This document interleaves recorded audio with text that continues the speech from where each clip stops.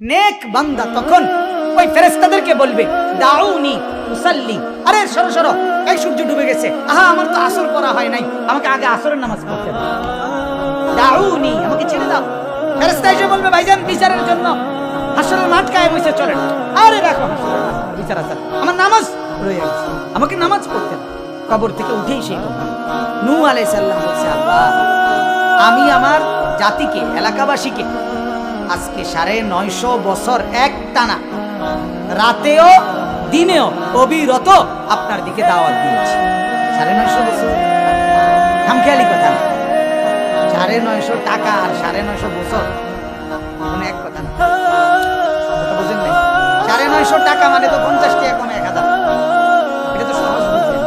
950 বছর আমাদের বাপ দাদা 14 গোষ্ঠী কয়জনের হায়াত মিলে।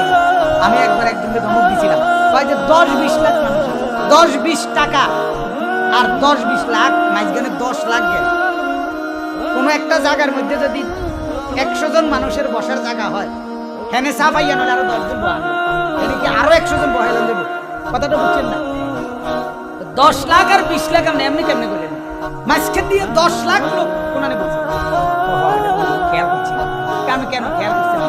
একটা প্রসঙ্গে এইবার আমি একজন এবারে হাসতে হাসতে বলতেছিলাম এক জায়গার ব্যাপারে, বললাম শুনলাম বলে এবারে ওখানে 200 কোটি মানুষ হচ্ছে। 200 কোটি কি হয়েছে? আমি কইলাম আরে কি করব ভাই, শুনলাম বলে 200 কোটি হয়েছে মানুষ।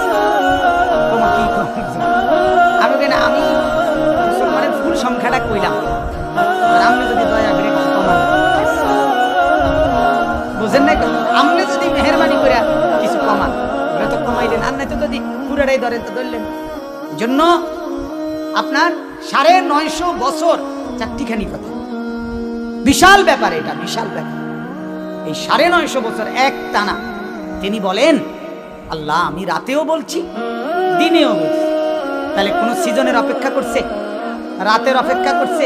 এই জন্য আল্লাহর কথা দিনে হবে, রাতে হবে, সকালে হবে, দুপুরে হবে, বিকালে হবে, সন্ধ্যায় হবে, রাতে হবে, হাঁটতে হবে, বসতে হবে, চলতে ফিরতে, 1 মিনিট 100 মিনিট, 1 ঘন্টা 1000 ঘন্টা, একজন লক্ষ জন, একাকী, সবার মাঝে হার হালাতে আল্লাহর কথা বলা যায়, আল্লাহর নাম নেওয়া যায়। ফাইদা কাদাইতুমুস সালাতা ফাযকুরুল্লাহ,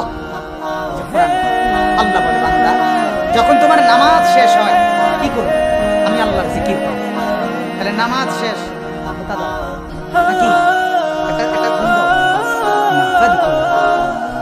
আল্লাহ তাআলার জিকির। ফাইদা কাদাইতুম মানাসিকাকুম ফাযকুরুল্লাহ, আল্লাহ তাআলা বলেন বান্দা হজের কাজ যখন শেষ হবে কি করবা?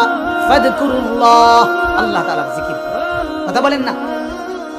যে ব্যক্তি আগের দিন মিনা, পরের দিন আরাফাতের ময়দানে সকাল থেকে সন্ধ্যা পর্যন্ত, এরপরে আবার সন্ধ্যায় আইটা মুজদালিফা, সারা রাত খোলা মাঠে সারা রাত কাটাইয়া সকালবেলা এই 30 লক্ষ 40 লক্ষ মানুষের ভিড় ঠেলিয়া মুজদালিফার থেকে মিনা আইসা হাইটা হাইটা, এরপরে পাথর মারার পর তার শরীর আলগা হইয়া যায়, শরীরের আর চামড়া থাকে না, শরীর সুস্থ থাকে না, এই পরিমাণ কষ্ট হয় হজের এই 3টা দিন, মূল দিন।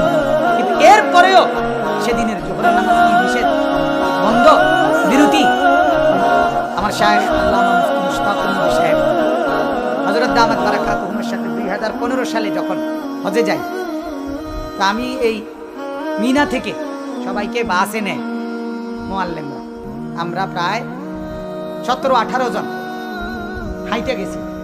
পরের দিন ফজর পড়ে 17 কিলোমিটারের মতো হাইটা, এরপরে সারা দিন কাটাইয়া আবার হাইটা আসছি মুজদালিফা, আবার হাইটা মিনায়, আবার পাথর মাইরা হাইটা মক্কা, এরপরে হারাম শরীফের কাছে যখন আসতেছিলাম লাস্টে, মানে পারে না পাও হেসরাইয়া হেসরাইয়া টাইনা, মানে আর জান চলতেছে না।